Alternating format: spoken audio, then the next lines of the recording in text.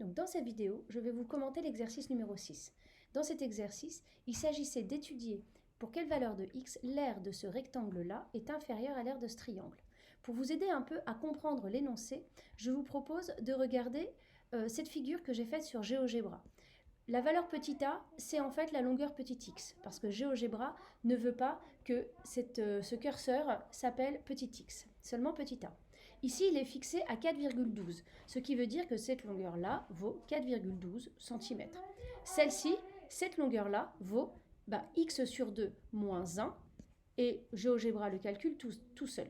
Donc on va se rendre compte que quand je fais bouger a, ça fait bouger évidemment les mesures de ma figure selon ce qui a été indiqué. On va commencer par essayer de comprendre les limitations sur les valeurs de x. X est un nombre réel, évidemment, mais il y aura des valeurs interdites. Par exemple, x ne va pas être négatif. S'il est négatif, ça impliquerait à cette longueur d'être négatif, ce qui n'a pas de sens.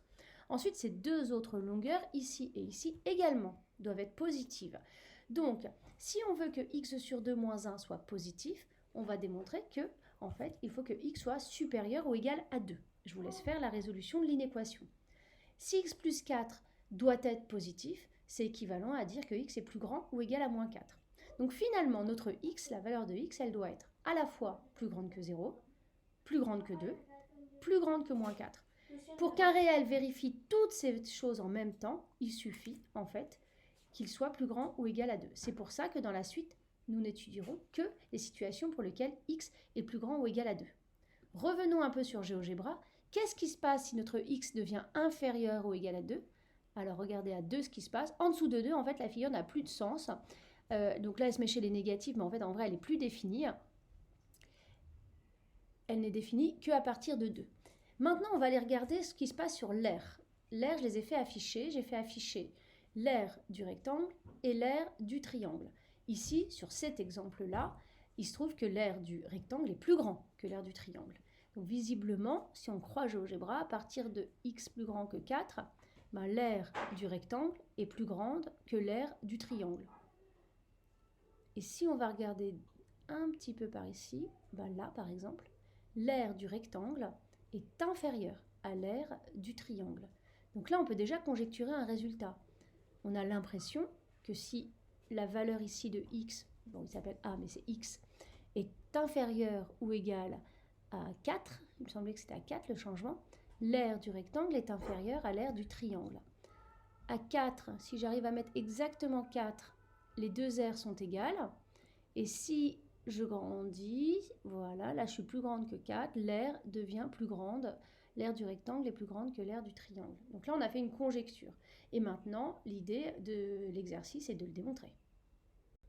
Pour démontrer ce qu'on vient de conjecturer, on va d'abord déterminer l'aire du rectangle en fonction de x. Donc l'aire d'un rectangle, longueur fois largeur. On se rappelle que la longueur c'était x et la largeur c'était x sur 2 moins 1. Ce qui nous permet de trouver que A1, l'aire du rectangle, c'est x fois x sur 2 moins 1. L'aire d'un triangle, on sait que c'est base fois hauteur divisé par 2. Ici, il s'agit d'un triangle rectangle, donc la hauteur est là, x sur 2 moins 1, la base x plus 4, et on divise par 2. Ce qui nous permet d'avoir ce résultat. Le divisé par 2, j'ai mis un 1/2. Et donc maintenant, on va traduire la question. La question était, pour quelle valeur de x l'aire du rectangle est-elle inférieure à l'aire du triangle ? Donc en fait, on cherche x tel que a1 de x est inférieur ou égal à a2 de x. On doit en fait résoudre cette inégalité-là. Donc cette inégalité devient ceci. On voit bien qu'on ne peut pas la résoudre directement. Pour la résoudre directement, on va utiliser les méthodes qu'on a apprises dans les vidéos précédentes. Donc d'abord, on passe un membre à 0, petit 1. Petit 2, on factorise de manière à avoir un produit. Ici, la factorisation est clairement à l'aide d'un facteur commun qui est x sur 2 moins 1.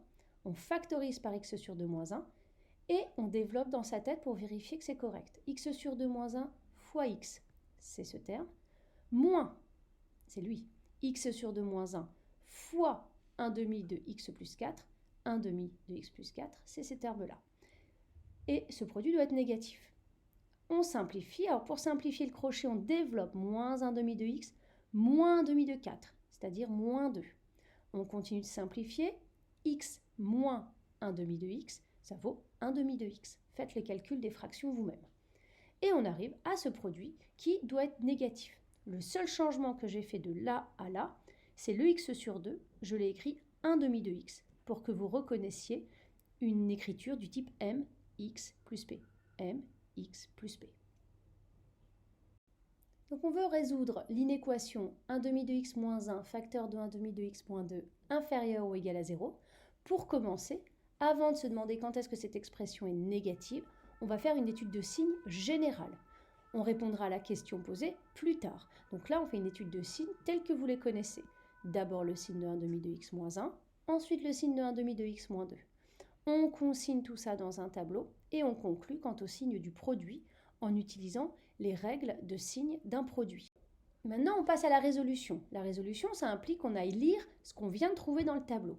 On se posait la question, quand est-ce que ce produit est négatif? Donc on revient au tableau qui est juste au-dessus et on lit. Dans le tableau, quand est-ce que le signe de cette expression est négatif? On voit bien que c'est ici, et c'est pour quelle valeur de x? C'est pour les x qui sont compris entre 2 et 4.